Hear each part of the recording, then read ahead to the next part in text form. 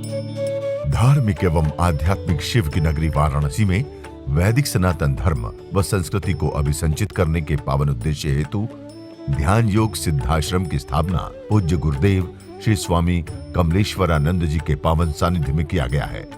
ऋषि मुनियों, साधु महात्माओं, संत मनीषियों की इस पवित्र धरती पर धर्म की स्थापना और लोक कल्याण के लिए हर युग में किसी न किसी रूप में ईश्वर का प्राकट्य होता आया है और पवित्र आत्माओं में ईश्वर का अंश उतरता आया है।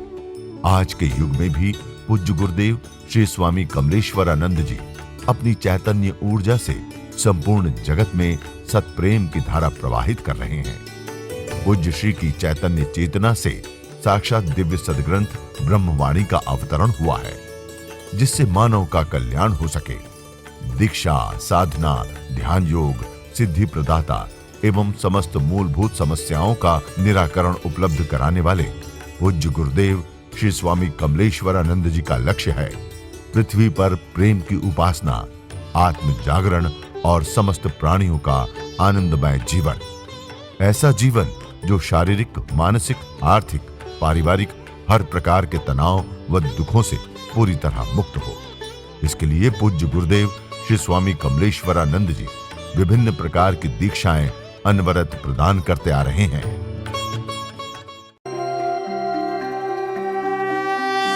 ओम त्र्यंबकं यजामहे सुगंधिं पुष्टिवर्धनम् उर्वारुकमिव बन्धनात् मृत्युर्मुक्षीयमामृतात्।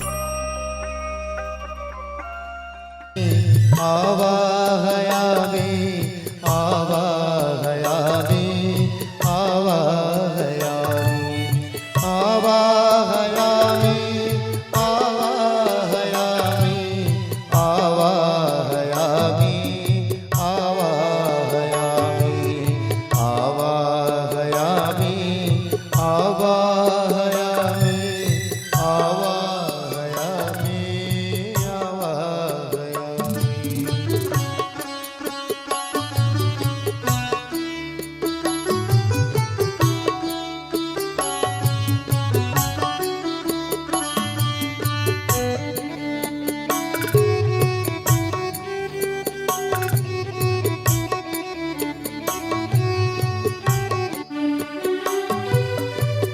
अज्ञात रूपं त्वमज्ञात रूपं मम देह रूपं मम प्राण रूपं पूर्णात्वदेहं मम प्राण रूपं त्वमेव शरणं गुरुत्वं शरणं आवाहयामि आवाहयामि आवाहयामि आवाहयामि आवाहयामि आवाहयामि आवाहयामि आवाहयामि।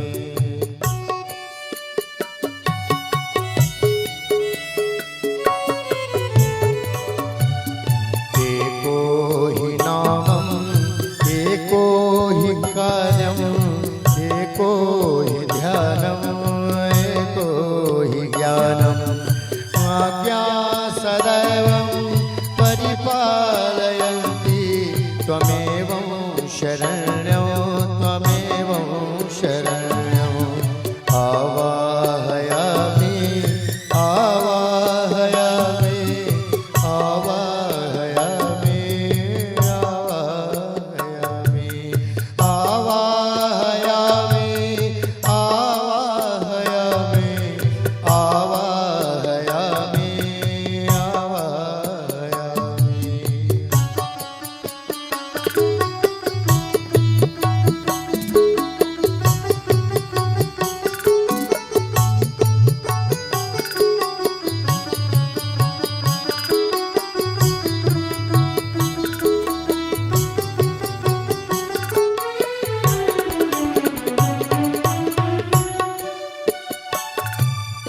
मम अश्रुवर्गं पुष्पं प्रसूनं देहं च पुष्पं शरण्यं त्वमेव जीवो सदा पूर्णमदैव रूपं गुरुर्वै शरण्यं गुरुर्वै शरण्यम् आवाहयामि आवाहयामि आवाहयामि आवाहयामि आवाहयामि आवाहयामि आवाहयामि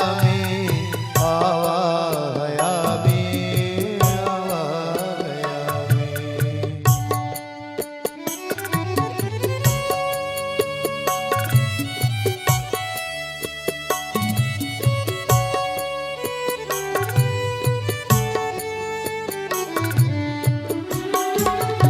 गुरुर्वै शरण्यं गुरुर्वै शरण्यं गुरुर्वै शरण्यं गुरुर्वै शरण्यं एको हि नाथं एको हि शब्दं गुरुर्वै शरण्यं गुरुर्वै शरण्यं आवाहयामि आवाहयामि आवाहयामि आवाहयामि आवाहयामि आवाहयामि आवाहयामि आवाहयामि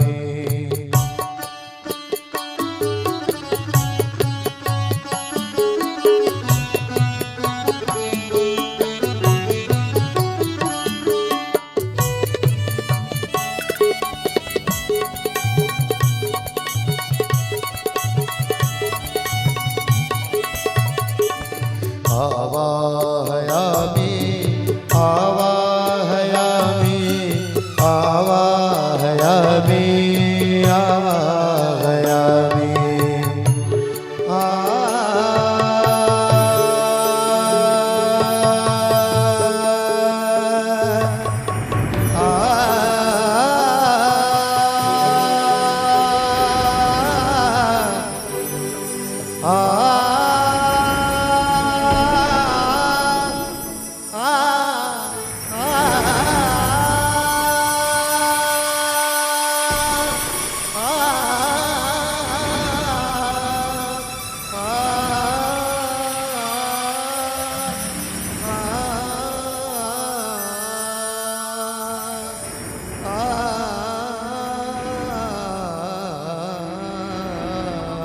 संकल्प किसी भी चीज का, संसार को पाने का या बुद्ध की तरह सार को पाने का ले सकते हो संकल्प, लेकिन आज अंतर बताना चाहूंगी समर्पण में और संकल्प में। संकल्प जब लोगे जीवन की ओर बढ़ने के लिए, संसार को जीतने के लिए, सत्य पथ को पाने के लिए, तो संकल्प तुम्हें संघर्ष में डालेगा, क्योंकि संकल्प में तुम हो।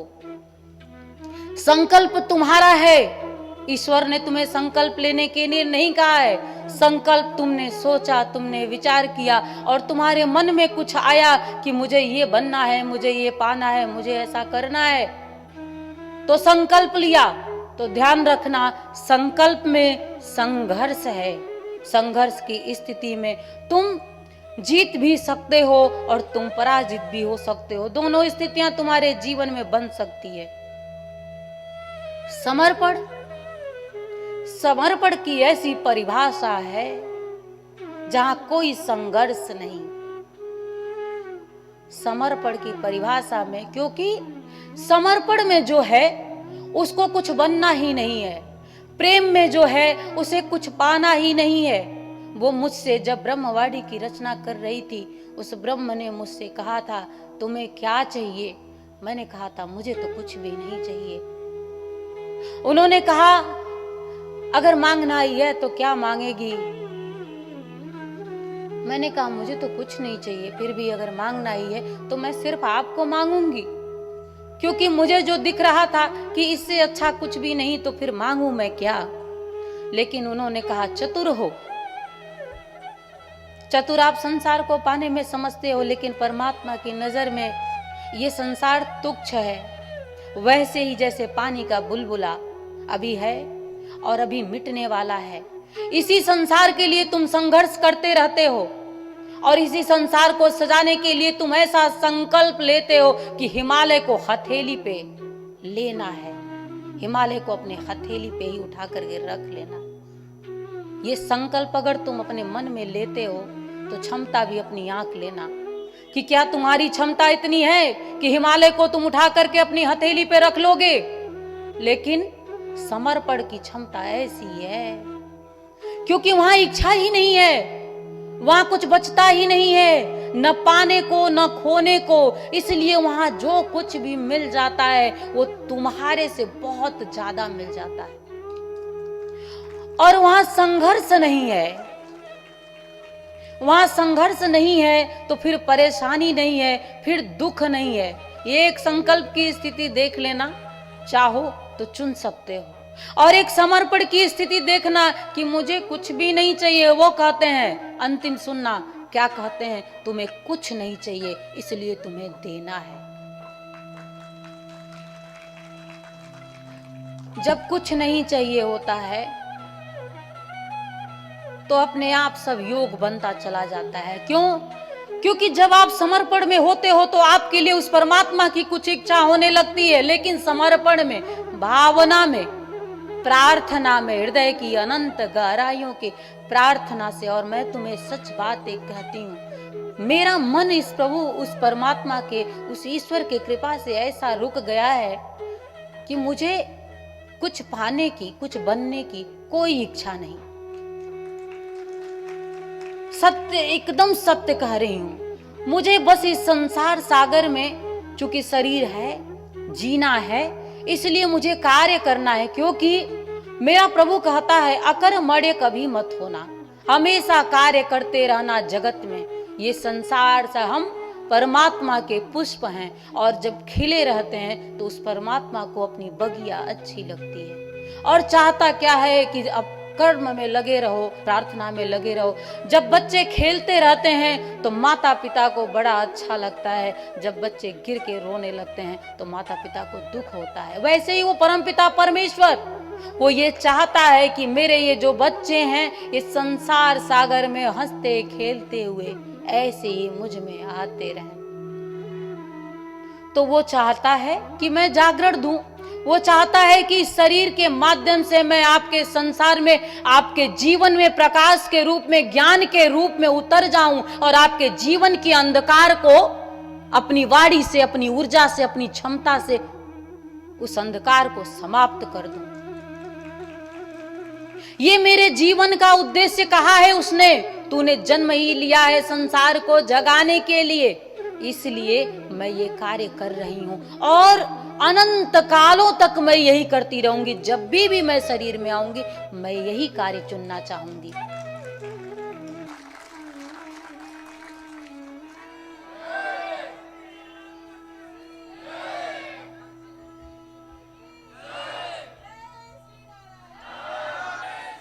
ये तन और ये मन और इसके जीवन की परिपूर्णता हम उस प्राण और उस आत्म बल पर पूर्ण करते हैं, सिद्ध करते हैं। तन और मन की आवश्यकताओं की पूर्ति कहां से होती है प्रिय? मुर्दा अपनी आवश्यकता क्यों नहीं पूर्ण कर लेता प्रिय? और मुर्दे के पास मन क्यों नहीं होता प्रिय? कभी तो याद करो उसको, इसलिए तो याद करो उसको। दर्शन कहीं मंदिर, मस्जिद और गिरजाघर में नहीं, दर्शन तुम्हारे चित्त में होना चाहिए। जब तक दर्शन तुम्हारे चित्त में चैतन्य का वास ना होगा, चित्त में पिपासा और ऐसी जिज्ञासा ना होगी और चित्त में ऐसी स्थिति नहीं होगी, तब तक दर्शन आप ना कर सकेंगे। दर्शन ये पुरुष है, दर्शन ये स्त्री है, और दर्शन ये है नहीं, दर्शन ये है ना, ये पुरुष है, दर्शन ये है ना स्त्री है। पुरुष और स्त्री से पार परे एकमात्र ब्रह्म है, शब्द ब्रह्म दर्शन है। लेकिन क्या हम देख पा रहे हैं, वो आगे की बात है। वो एक और आगे एक कदम की बात है, क्या हम देख पा रहे हैं उसे? कोई पुरुष नहीं होता, कोई स्त्री नहीं होती, लेकिन हमें पुरुष और स्त्री के सिवा दिखता ही नहीं है। असत असत असत, अज्ञान अज्ञान, अविद्या अविद्या है ये। जब हम दृढ़ होंगे, पुरुष में उस अकाल महापुरुष को देखेंगे, जिस दिन स्त्री में भी वही अकाल महापुरुष दिखेगा, जिस दिन समस्त विषय विकारों से पार और परे होकर उस ब्रह्म में प्रतिष्ठा प्राप्त कर लेंगे। लेकिन ऐसी दृष्टि प्राप्त कैसे हो? ऐसी सदचेतना कैसे प्राप्त हो? ऐसी गरिमा और ऐसी महिमा, मानव जीवन की यह धन्यता हमें कैसे प्राप्त हो? गुरुदेव कहां हो? हे विश्वेश्वर, हे जगदीश्वर, सुनो पुकार। जब यूं इस तरह से एक पुकार प्राणों की हुंकार के साथ आप भरोगे, तो आपकी आंखें नम होगी, आपका हृदय गदगद होगा। और वो कहां है? न धरती, न आकाश, न पाताल, वो सिर्फ आप में है।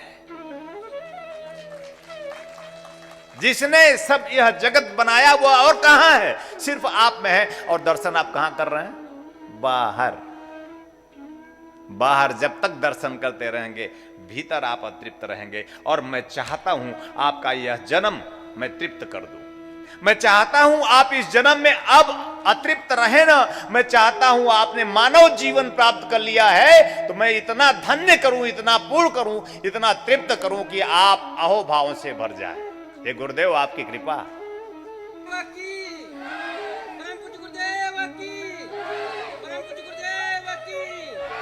जय श्री नारायण, जय श्री नारायण। क्या चाहिए? गुरुदेव, पत्नी बीमार है, तन की मांग है। क्या चाहिए? गुरुदेव, पुत्र नहीं है, तन की मांग है। क्या चाहिए गुरुदेव? दुकान चल नहीं रहा, मकान बन नहीं रहा। बड़ी स्थूल मांग है हमारी, बड़ी नश्वर मांग है हमारी। गुरु के पास जब आप आते हैं, वो पूछता है क्या चाहिए, तो बड़ा अवसर था। मांगना भी था, तो ऐसा क्या मांगा जो समाप्त हो जाए। और इसमें भी मैं आपको अधूरा छोड़ता नहीं। आपने जो जो जब जब जैसा जैसा भी मांगा होगा, वैसा वैसा ही मैंने आपको दिया होगा। इसमें भी मैं आपको, मैं साधु तो हूं नहीं, किसी एंगल से लगता हूं, सन्यासी भी नहीं हूं, कहीं से लगता हूं सन्यासी। अब सन्यासी के पास आप जाएंगे तो आप कहेंगे कि बच्चा नहीं है, तो बोलो माया है, छोड़ दो, माया है। सन्यासी कहेंगे कि आप पत्नी बड़ी लड़ाकू है, तो बोले माया है, छोड़ दो। पति मेरा कहना मानता नहीं, तो बोलेगा माया है, छोड़ दो, सब माया है। सन्यासी उस शरीर में है। सबसे बड़ी माया क्या है मैं बताता हूं। सन्यासी उस शरीर में है, अभी तक उसी शरीर में है, यही सबसे बड़ा माया है।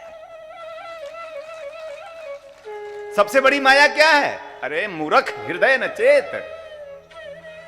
सबसे बड़ी माया है, बाहर नहीं।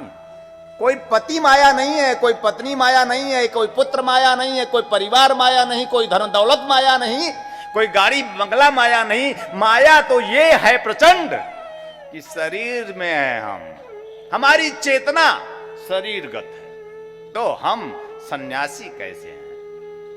सबसे बड़ी माया है कि सन्यासी शरीर में है और कहता है सब माया है। और मैं कहता हूं कमलेश्वरानंद, कुछ भी माया नहीं है, ये शरीर ही माया है। इसे छोड़ दो, इस शरीर को छोड़ दो, तो तुम सन्यासी हो प्रिय। बड़ी कठिन क्रिया है।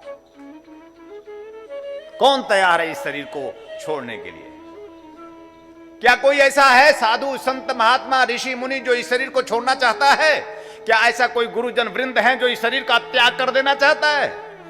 और क्या है सही त्याग की परिभाषा? और जो सचमुच इस शरीर का त्याग कर देने में तत्पर है, वही सन्यासी है। जो सचमुच इस शरीर से पूरी तरह मुक्त है वही सचमुच सन्यासी है। अब थोड़ा और दर्शन करना है इस शरीर का। शरीर के त्यागने का अर्थ क्या है? शरीर के त्याग से अर्थ शरीर में रहकर शरीर से विलगता से है। शरीर के त्याग का अर्थ है शरीर में रहते हुए शरीर से विलग एक ऐसी स्थिति पर पहुंच जाओ प्रिय। शरीर के त्याग का अर्थ नहीं होता कि कुछ लोग शरीर को चीर देते हैं, फाड़ देते हैं, काट देते हैं, और कुछ लोग परमात्मा के द्वारा बनाया गया इस जीवंत मंदिर को इसके साथ निशंस हत्या करते हैं। यह शरीर भी एक और दृष्टिकोण है। शरीर धर्म है, यह शरीर धर्म है, यह शरीर साधन है, उस साध्य की प्राप्ति में सहायक है। यह शरीर मंदिर है, परमात्मा ने इस मंदिर का निर्माण किया है। एक मंदिर तुम बनाते हो, चलता नहीं, फिरता नहीं, बोलता नहीं, उठता नहीं, बैठता नहीं, तुम्हारी चेतना जैसे जड़वत है वैसे तुम एक मंदिर बनाते हो, लेकिन एक मंदिर परमात्मा बनाता है। चलता है, फिरता है, उठता है, बैठता है, सोता है, जागता है, खाता है, पीता है, नाचता और गाता, उसमें ही आनंद में समाता। बताओ मंदिर कौन श्रेष्ठ बनाता है? मनुष्य द्वारा मंदिर बनाया श्रेष्ठ है कि परमात्मा द्वारा बनाया गया मंदिर श्रेष्ठ है? अगर दर्शन करना है तो हमें स्थूल से सूक्ष्म की ओर आना पड़ेगा। अगर सदाशिव को जीवंत करना है तो हमें स्थूल से सूक्ष्म की ओर बढ़ना पड़ेगा। तो उस मंदिर से अच्छा ये मंदिर है। शरीर तन ये मंदिर परमात्मा ने बनाया है। हम इसकी कितनी उपेक्षा करते हैं, हम इसकी कितनी अवमानना करते हैं, हम इसको कितना पीड़ा पहुंचाते हैं, पाप है। शरीर को किसी भी प्रकार से पीड़ा पहुंचाना पाप है। पहले तो अपने ही शरीर को पीड़ित करना पाप है। तो जितने भी हठ योगी हैं, जो लोग भी अपने शरीरों के साथ अत्याचार कर रहे हैं, वो सब पाप कर रहे हैं। शरीर की उपेक्षा ना करो प्रिय, शरीर की अवमानना ना करो प्रिय। शरीर एक दिव्य मंदिर, पावन मंदिर, जिसमें और कोई नहीं, हमारे सदाशिव विराजमान है।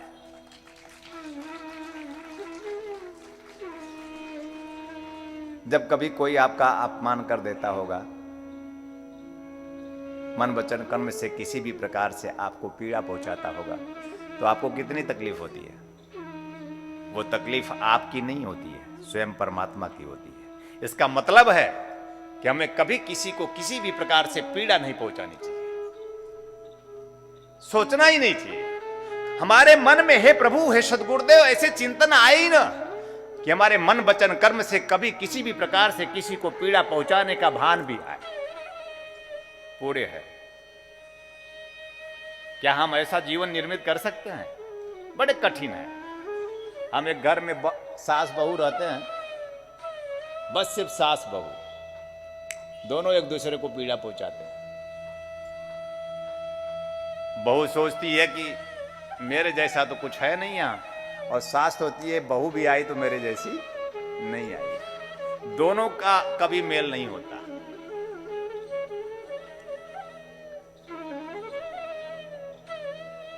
दोनों पीड़ा पहुंचाने में और यह संसार के जो जीव है ना, एक दूसरे को पीड़ा ही पहुंचाते हैं।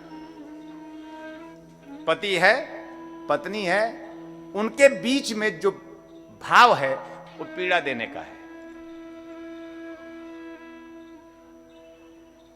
जबकि पति पत्नी के रिश्ते प्रेम के थे, अब पीड़ा के हैं। पति पत्नी रिश्ते प्रेम के थे, अब तनाव के हैं। पति पत्नी के रिश्ते प्रेम के थे, अब चिंता के और परेशानी के हैं। दोनों एक दूसरे से प्रेम की मांग कर रहे हैं। दोनों एक दूसरे को प्रेम ना दे पाते हैं ना ले पाते हैं। कभी कोई किसी को प्रेम की दृष्टि से देखता ही नहीं है। कभी तो देखो, हमारे पिता ने हमारे लिए बहुत कुछ किया, हमारी माता ने हमारे लिए बहुत कुछ किया, हमारे स्वजन सगे संबंधियों ने हमारे लिए बहुत कुछ किया है। कुछ तो किया होगा, बहुत हटा दो। और जो कुछ किया है कभी तो उसे निहारो तो प्रेम आएगा। प्रेम झरता है तब जब हम कृतज्ञ होते हैं। अपने द्वारा किए गए किसी भी प्रकार के कृत्य किसी ने अगर किया है, अगर उसको दर्शन करेंगे ना तो प्रेम घटेगा। जहां आप सभी के सहयोग से संस्थान द्वारा विभिन्न पुण्यदायी प्रकल्प संचालित हो रहा है, वहीं समाज को सृजन हेतु पूज्य श्री की चैतन्य चेतना से दिव्य सदग्रंथों का प्रकाशन भी किया जा रहा है। ध्यान योग की निर्मल धारा जन जन में प्रवाहित करने वाले पूज्य गुरुदेव श्री स्वामी कमलेश्वरानंद जी की चेतना का साक्षात्कार दिव्य सदग्रंथ ब्रह्मवाणी एक ऐसी रचना जिसका अवतरण स्वयं हुआ है और जिसकी साक्षी बनने का सौभाग्य मिला सुश्री नम्रता कमलिनी जी को। भावना और भक्ति का अनंत प्रवाह है ब्रह्मवाणी, तप और ज्ञान का अमृत कोश है ब्रह्मवाणी, प्रेम और समर्पण का साकार स्वरूप है ब्रह्मवाणी, आस्था और विश्वास का अनन्य मार्ग है ब्रह्मवाणी। आइए हम सभी ब्रह्मवाणी को जीवन में उतारकर अपनी आत्मा को परमात्मा से एकाकार करें। गुरुदेव एवं सुश्री नम्रता कमलिनी जी द्वारा रचित मानव उपयोगी विभिन्न विषयों पर साधनात्मक रहस्यों से परिपूर्ण और भी पुस्तकें हैं, जैसे श्री गुरु रहस्यम, साधना विधान रहस्यम, गुरु पादुका विधान रहस्यम, यज्ञ विधान रहस्यम, षोडश संस्कार दीक्षा रहस्यम, साधना सामग्री रहस्यम, भीगी पलके, कर लो आसमां मुट्ठी में तथा पूज्य गुरुदेव के दिव्य प्रवचनों भजनों का संग्रह प्राप्त करने और भारतीय संस्कृति की धरोहर गोपनीय रहस्यों से भरपूर जीवन की समस्त समस्याओं का समाधान कराने वाली मासिक पत्रिका निखिल सत्य दर्शन की सदस्यता एवं ध्यान योग जन जागृति सेवा संस्थान के दैविक कार्यों व सेवा प्रकल्पों में सहयोग करने तथा अपने गांव शहर में सत्संग साधना शिविरों एवं कथा आयोजन हेतु संपर्क करें 8108666991, 8108666992, 8108666993, 8108666994, व्हाट्सएप नंबर 8108188488, वेबसाइट www.dhyanयोग.org.in, ईमेल service@dhyanयोग.org.in, Facebook www.facebook.com/kamleshwaranand, Twitter twitter.com/kamleshwaranand, Instagram instagram.com/स्वामी कमलेश्वरानंद जी, यूट्यूब www.youtube.com/स्वामी कमलेश्वरानंद जी।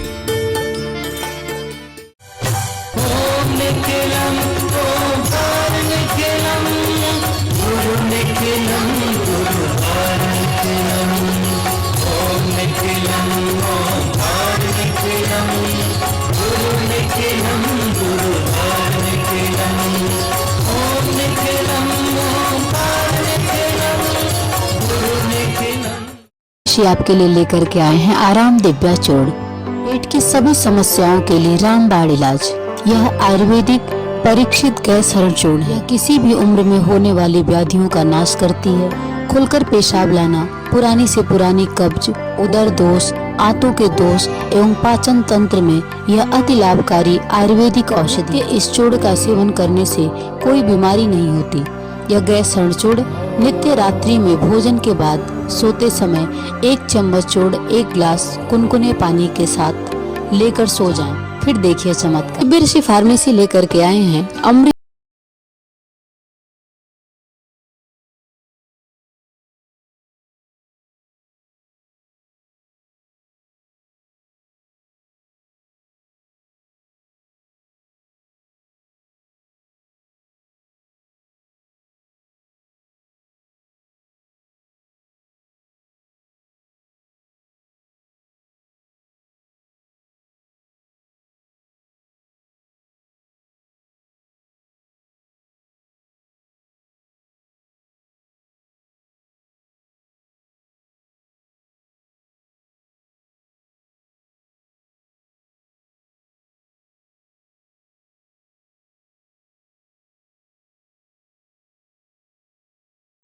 दिव्य ऋषि फार्मेसी आपके लिए लेकर के आए हैं ज्वाइंट केयर टैबलेट और ऑयल।